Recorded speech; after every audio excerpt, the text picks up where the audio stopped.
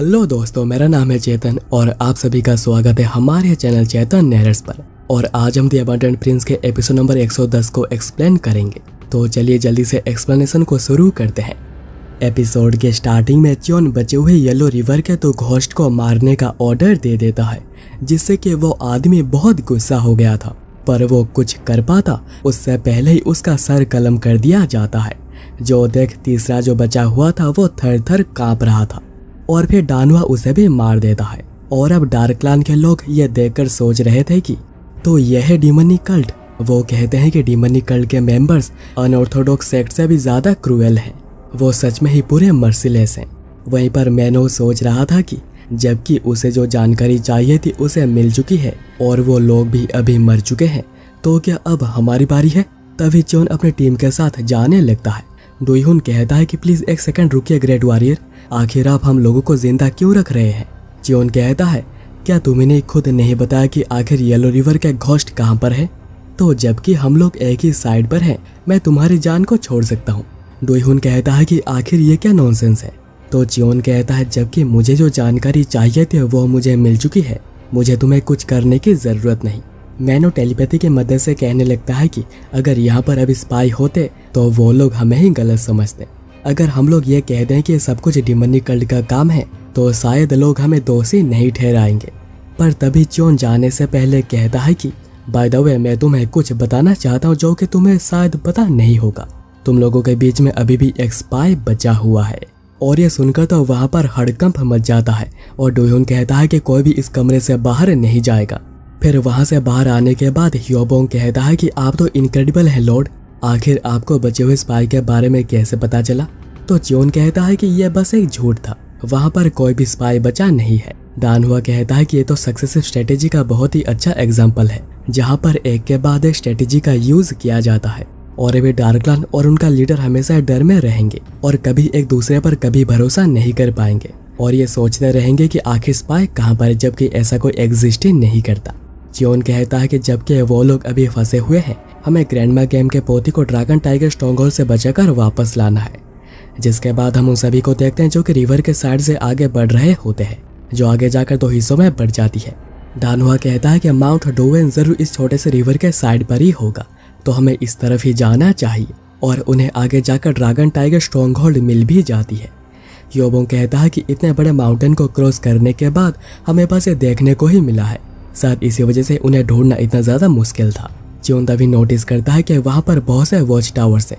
डानुआ कहता है कि अगर हम लोग लापरवाही से आगे बढ़ते हैं तो उन्हें हमारे बारे में सब कुछ पता चल जाएगा। वो जितने चौकन्ने हैं लगता नहीं कि वो कोई आम बैंडिट्स है। च्योन फिर ये भी देखता है कि वहाँ पर जो बोट है वो बहुत ही बड़ा है।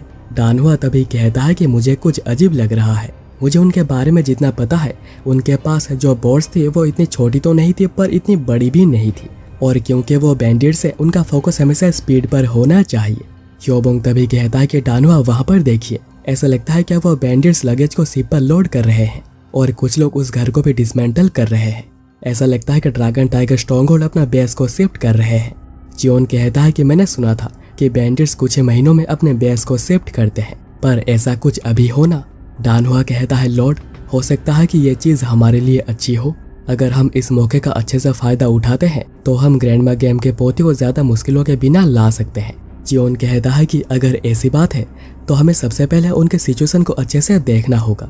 बाइक, क्या तुम उन्हें बिना कोई शोर के कैप्चर कर सकते हो? बाइक कहता है कि मैं अपनी पूरी कोशिश करूंगा और बाइक निकल जाता है। पर उसके निकल जाने के बाद च्योन नोटिस करता है कि वहाँ पर और भी बैंडिट्स आ रहे हैं, जो कि बाइक ने नोटिस नहीं किया था और वो जाकर पहले वालों को डाउन कर देता है। पर उसकी नज़र तभी बाकी दो पर पड़ती है, जो कहते हैं कि आखिर तुम कौन हो?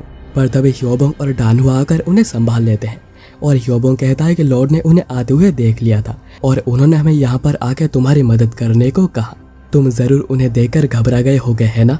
डानुआ फिर जिसे उसने पकड़ा था उसके गले पर ब्लेड रखकर कहता है कि अगर तुमने यहाँ पर कोई भी शोर करी तो मैं तुम्हें मार दूंगा, अगर तुम समझ गए तो अपना सर हिलाना। ऐसा लगता है कि ड्रैगन टाइगर स्ट्रॉन्गहोल्ड आज यहाँ से निकल रही है, पर आज ही क्यों?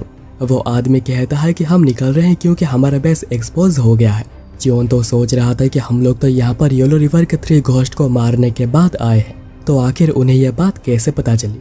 डानुआ पूछता है कि आखिर तुम लोगों को कैसे पता कि तुम एक्सपोज हो गए हो। वो आदमी कहता है कि सर मैं बस एक वॉचर हूँ, मुझे सच में इसके बारे में और कुछ भी नहीं पता है। डानुआ फिर पूछता है कि तुम लोगों ने डिवाइन डॉक्टर के पोती को कहाँ पर रखा है। वो आदमी कहता है कि क्या डिवाइन डॉक्टर की पोती। डानुआ कहता है कि बिल्कुल भी यहाँ पर फनी बनने की कोशिश मत करो। तो वो आदमी कहता है कि सच में मैं ऐसा कुछ पहली बार सुन रहा हूँ, और डिवाइन डॉक्टर के पोती को तो छोड़ो, हम लोगों ने यहाँ पर किसी को भी कस्टडी में नहीं रखा है। ये सुनकर चियोन सोचने लगता है कि यह बात तो अजीब है, यह हो ही नहीं सकता है कि ह्यून जिसने ट्रू सीरम को लिया था वो कभी झूठ बोलेगा।